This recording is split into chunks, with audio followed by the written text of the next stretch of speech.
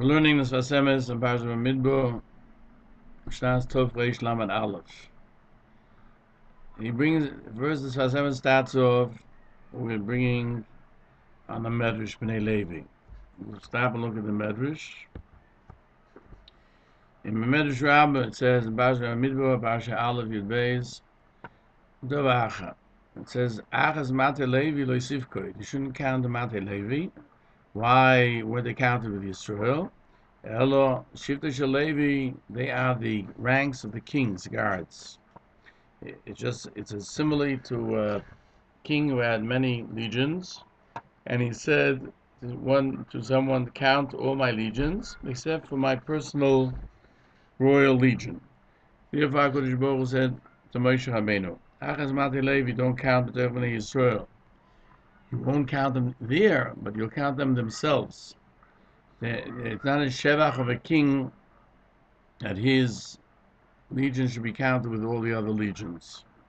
Therefore, Klal Yisrael was counted separately in Shevet Levi itself. And how do you know that that's the reason? Because the Pasuk says afterwards, "Va'ato hafked es halvim al mishkano edus." When HaKadosh Baruch Hu told Moshe Rabbeinu, "Don't count Mata Levi," Moshe Rabbeinu was fearful. Maybe there's a psul in his Shevet.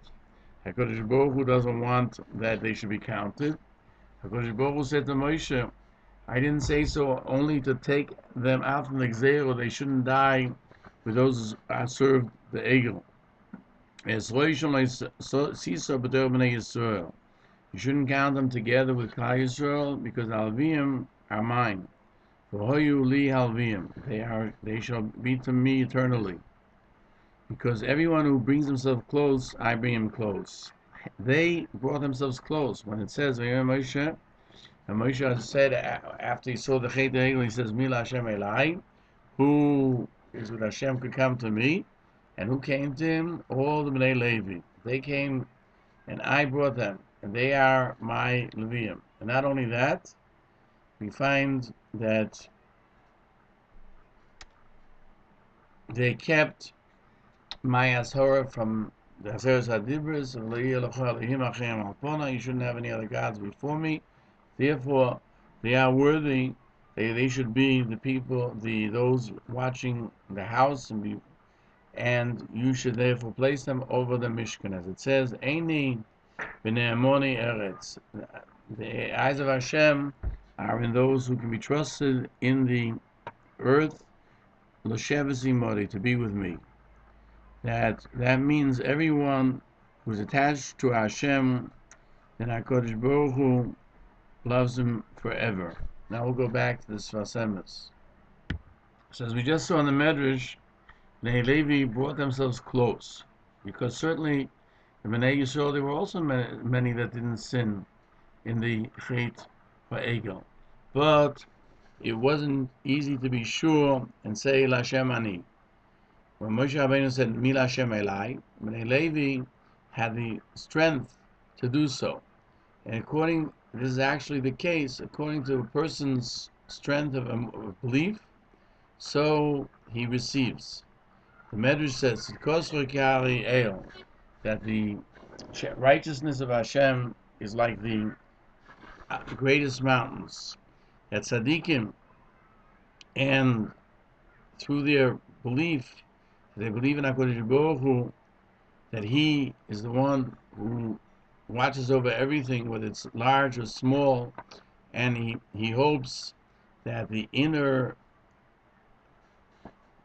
point, the essentialness of life, from which comes from HaKadosh Baruch Hu, that causes everything, through that we will be zoche to see the hidden light with truthfulness. And the opposite, when a person makes his actions dark, meaning he does errors, then his internal point of kedusha, of Yisrael, of being a chelik of the Emal, is made smaller. That's why it says, "Vayimna merushoim oiram." Kadosh Baruch Hu takes away from Rishoim their light, then He makes it left over for the tzaddikim. In the Medrash it says Everybody who adds to Kvod Shemayim and makes himself more insignificant, then Kvod Shemayim becomes greater, and his honor itself becomes greater as well. And somebody who Chas v'sholom diminishes Kvod Shemayim and thinks he's making himself more important, Kvod Shemayim stays where it is, and his own honor becomes smaller. What does it mean? How can you remind Kvod Shemayim after that Kvod Shemayim remains where it is? What we do has really no effect on Kvod Shemayim.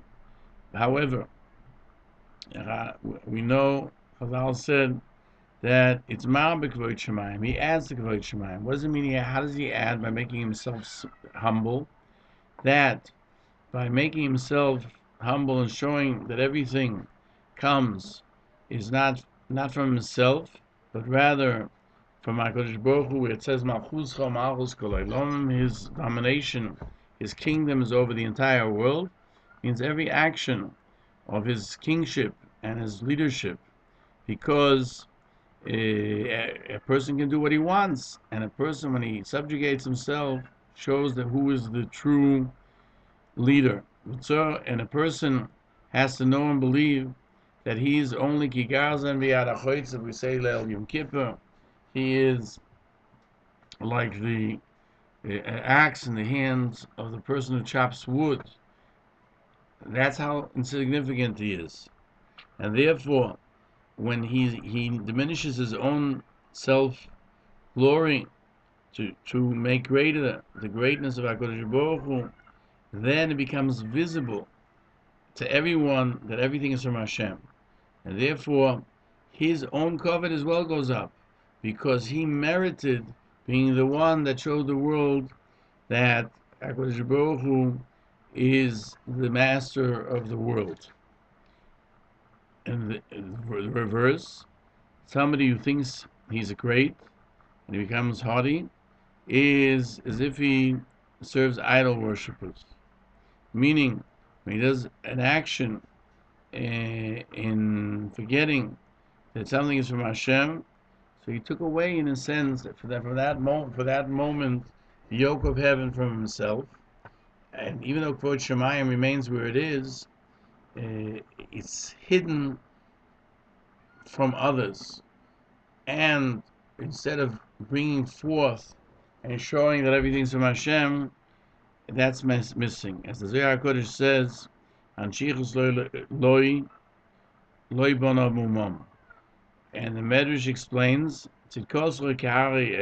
that your righteousness is like the mountains of the Lord, that the Tzaddikim merit to bring Kvod Shemayim to this world, even to this world of Teva.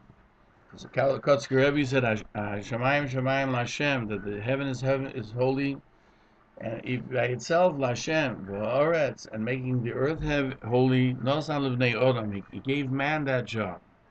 And the Sfas Emes quotes here his grandfather, the Chidushei Rim, where it says, V'Oyem Mitzvah B'nei Yisrael, the famous Novi, that the number of Klal Yisrael shall be like the sand of the oceans, which cannot be counted. Either there's a count or there's no count. How can you say there is a count and there isn't a count?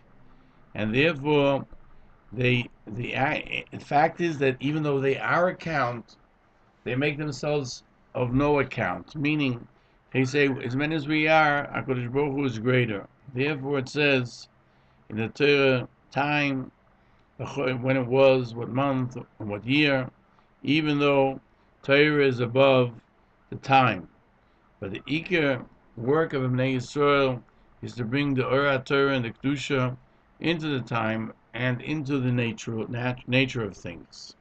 That's the whole idea of counting and measuring, numbering. Suez Roish, raise up the head of Klal Yisrael. What does HaKadosh Baruch Hu want? They should be attached in all of their actions to the beginning, Rosh. That even every beginning should be attached to its roots. That's what he brings again from the Chidushei Rim. Nesias Roish. If you lift up the words Roish, then the word above Reish is a Kuf. The letter above Reish is a Kuf. The letter above Aleph is a Beis. The letter above Shin is a Tov, which comes to the word Shabbos. That the Oishis, the letters of Roish, are uplifted and they become Shabbos. Because in Shabbos, there is an elevation to everything to its roots. That's why it says they give birth to their families, al mishpachosom, above. That even though they got many, and they had many Kenorah, they were up to 600,000, even so, they were attached to their roots, and therefore, as it says, what David says in Loshivisi v'Imamti, that if I didn't always look to HaKadosh Baruch Hu, as I was taught by my mother, as I received from my forebears, I should be nullified, I should be insignificant to that root where I come from. There is the essence of what a Jew is. That's why it says they should be counted lebeis avoisa. They should be counted not as they are, but those who are attached to their parents' houses. As I heard again from the Chiddushei Arim, the name of the Rabbunim Pshischa, the holy rabbi of Pshischa, who says a person should always say tell us, the person should always say, when will my actions, my achievements come close to being like the actions of the patriarchs, Avraham, Yitzchak, Yaakov. Now, which, he used the word idiot, would think that he couldn't somehow act in the same way as the patriarchs, but it means Yigiu. Yigiu means it attains or reaches, but it means touching as well. When you touch something to something else, it reaches that point.